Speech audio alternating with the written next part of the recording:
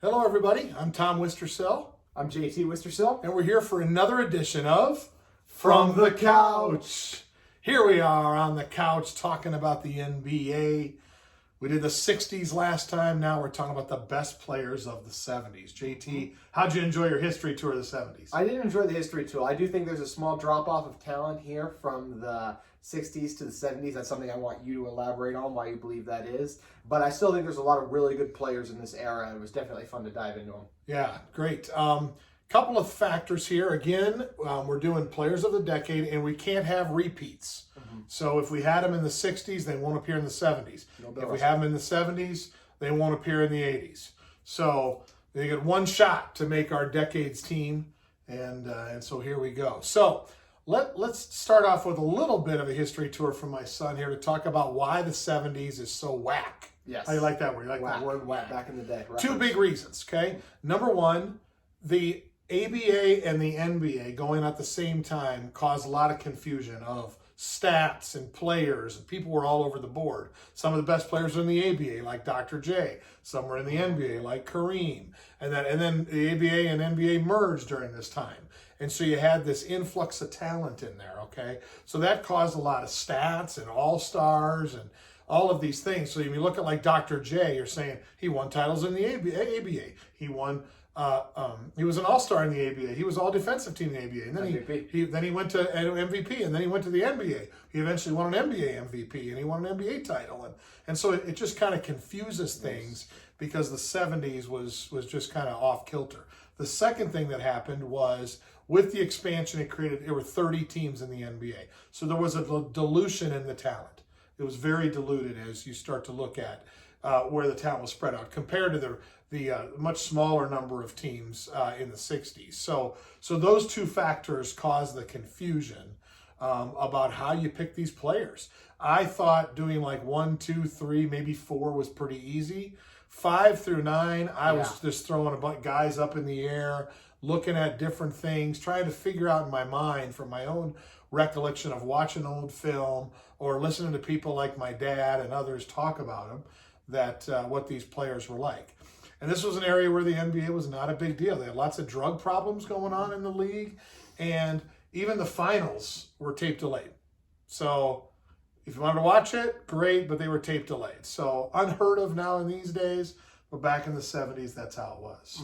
So there you go. Lots of drug issues. So there's your history tour as we begin this. So as we always do, we're going to go with one honorable mention, and then we're going to go with our top 5 players, counting down from 5 to 1. So JT, you're up first. Who's your honorable mention? Top player of the 70s. Pistol Pete Maravich just misses out on my list. The 6'5" shooting guard for the Atlanta Hawks and the New Orleans Jazz as well. If you've ever seen a New Orleans Jazz logo, that is why. That's how the Jazz obviously got their name. So the biggest thing was back then he was very flashy. I know he was one of you really liked him growing up as a player. He made crazy passes, had crazy handles, but was still really fundamental and played the game the right way. But it was the flash and the pop that made everyone really fall in love with him. He was a really creative shooter, really savvy, just really fun to watch. Averaged 26 to 31 points per game for most of this decade in there, and over 5 assists in 8 years in the 70s as well. So really good player. Didn't win much, not always on him, but I still think a really good player who was almost a perfect guy for an honorable mention as well, because he was almost solely in this decade as well. So Pistol Pete Maravich comes in for me at number 5, one of the most fun players of all time. I'm a huge Pistol Pete fan. I love the guy. He didn't make my list. He didn't make my honorable mention because to me his highlights were all college driven. He's the all-time leading scorer in college basketball history, and it's not even close, and he only played 3 years. So look up his stats if you don't see his college stats. My honorable mention player is Bob Lanier. 6'11", grabbed 10 rebounds per game, blocked 1,100 shots in his career. He was a 23-12-3 player with blocks in the decade, 7 All-Stars.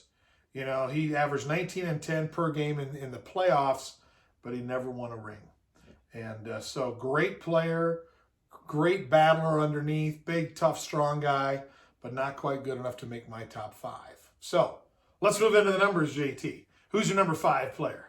Number 5 through 3, I had a lot of trouble with. Like you said, a lot of guys in and out of there, kind of alluded to that earlier. So number 5, I ended up going with John Havlicek of the Celtics, the shooting guard, small forward, who helped the Celtics win 2 titles in the 70s, post-Bill Russell era. He was actually that Celtics team in the 60s. He was kind of their sixth man, and then when he left, and then when Bill Russell and those guys kind of moved on, he stepped in and became the guy. He was really dependable. His hustle, his hard work, his ethic. He was an all-around player. Really good defender, really good ball handler, smart with it, really good scorer as well. So really good all-around player. He was able to win Finals MVP in that 74 season as well, and his 70-71 season was also really good, where he averaged 28 points per game, 9 rebounds a game, and 7 assists as well. So a really good all-around player, gave it his all every night, was a great ambassador of the game, and was kind of an extension of those older Celtics teams, but still a really great player in his own right.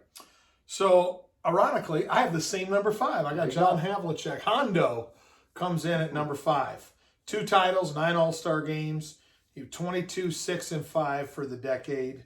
As I said, All-Star in 9 years of the 70s. All NBA 4 times and all defensive team 5 times.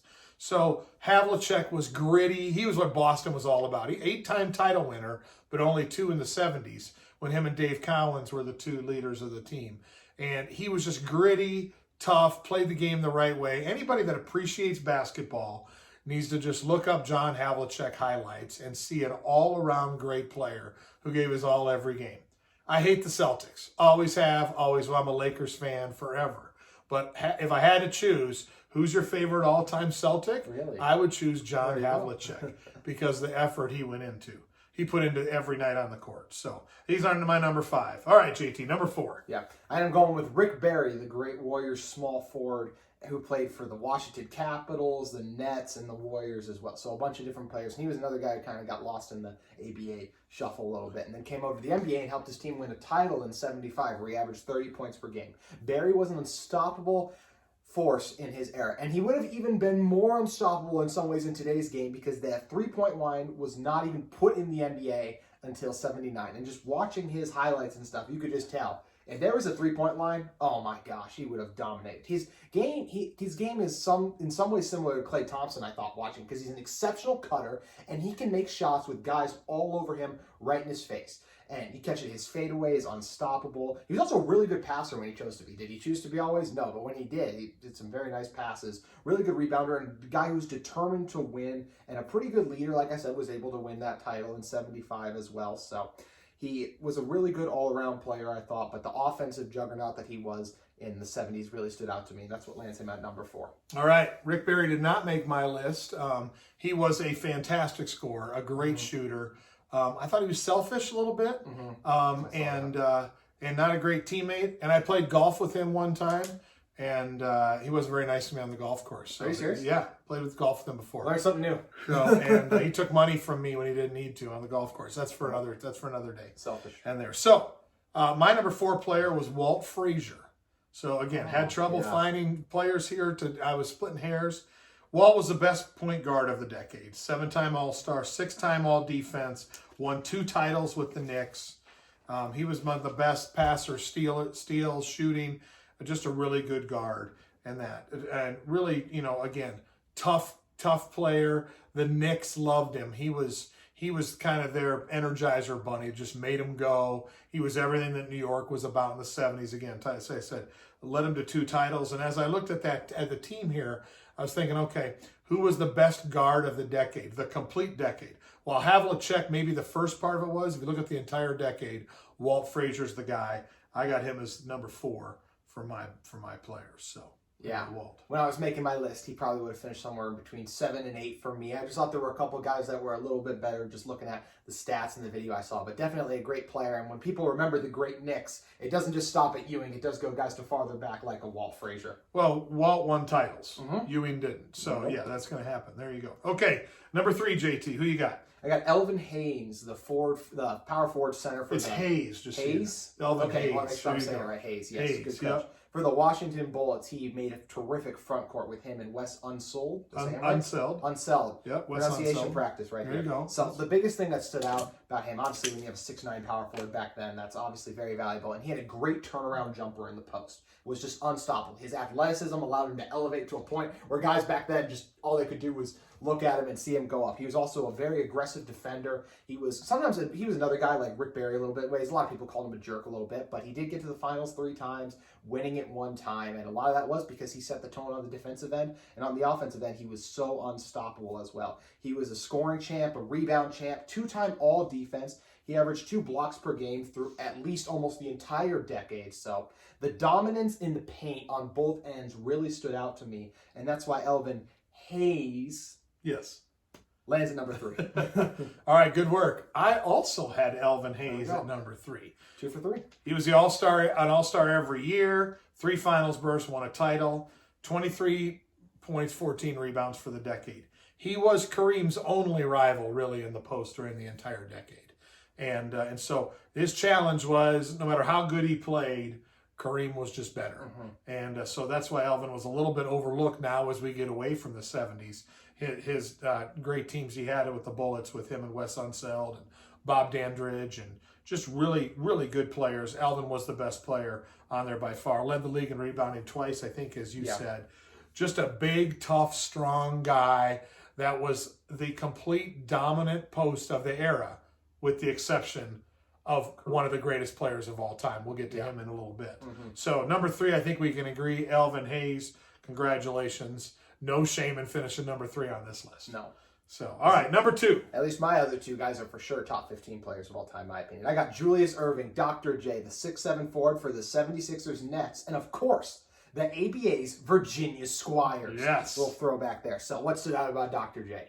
We talked about Elgin Baylor on last time being MJ for the high flying and stuff like that. Dr. J took it to another level with the moves and just the way he was able to almost float in air. We've all seen the amazing move where he brings the ball behind the backboard and back under like that. It's just stuff like that. Get him in transition. It was almost over. He could drive by guys. The 6'7" length and height and athleticism made him a nightmare for opposing teams as well on the defensive end. So they're just all around. And even though he wasn't in the NBA, he dominated in the ABA. He was the most valuable player 3 times. He won 2 championships in the ABA during this era, in the 74 and 76. A 9-time All-Star, averaged 27 points per game, over 27 points per game, 6 years in this decade. So he was dominant for so long in this decade, just so much more athletic and able to do things similar a little bit in the way Elvin Hayes was, but obviously he's a small forward, so on the perimeter, he just blow by those guys, so it wasn't even close. So Dr. J lands at number 2 for me. All right, Dr. J is also Julius Erving. My number 2 as well. He was an all-star every year, depending upon what league he was in. 26, 10, and 4 for the decade. 2 championships in the ABA in the 70s, also won one in the 80s. He was the peak athlete of the decade. And for people my age, kind of 50 to 60-year-olds, Dr. J was the first must-see TV the NBA had. When he was playing in a game, and it was on TV, you had to watch it. He could out-jump everybody. He was so fast. He had the biggest hands that anybody had ever seen at that time on TV. He would go to the free throw line and they'd bounce him the ball, and his hands would it looked like he was holding onto a softball. His hands were so big. He was the first guy who would jump over people to dunk it and get on the break, and as JT said, had unbelievable highlights. And like I said, there's something to be said when you're must-see TV. And like I said, he was the first athlete everybody went, wow, I got to watch that. People talked about Dr. J. They wore headbands like Dr. J. They wore Converse like Dr. J. And back then, late 70s, everybody wanted to be Dr. J. So that's why he's number 2, which is pretty dang good on this list when you consider who our number 1 is. Yes. So no big suspense here, but JT, tell us about him. Yeah, before Kareem was a Laker, he was a Buck in this era and was extremely dominant. Of course, Kareem AbdulJabbar coming in at number 1 for me, for playing for the Bucks during this era and the Lakers at the very tail end last couple of years. But the 7'2" center was so dominant in the paint and just unlike anything we'd ever seen, continuing the dominance coming over from UCLA. No one had an answer for his great post move, one which I love to attempt to shoot in the driveway as well, the skyhook. It's just a great, perfect, unblockable shot. Works a little bit better if you're 7'2" than 6'1", I can attest to, but Kareem was just a great athlete as well. He really was the first graceful center, was one of the words I saw used to describe him that I really liked. His agility, he was a great rim protector as well. I mean, one of the years in 72, he averaged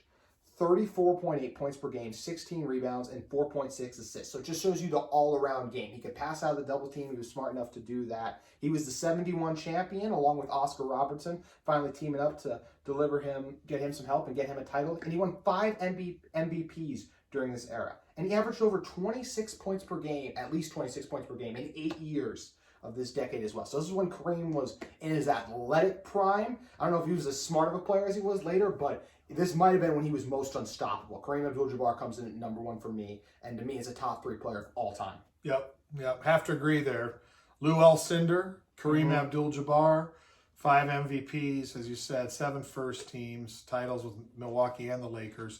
He was 28, 15, and 5 for the decade. That's what his decade stats are. The bottom line is he's one of the greatest players ever. He's the greatest scorer in league history. A couple little known stats about him. He's 35th all time in assists.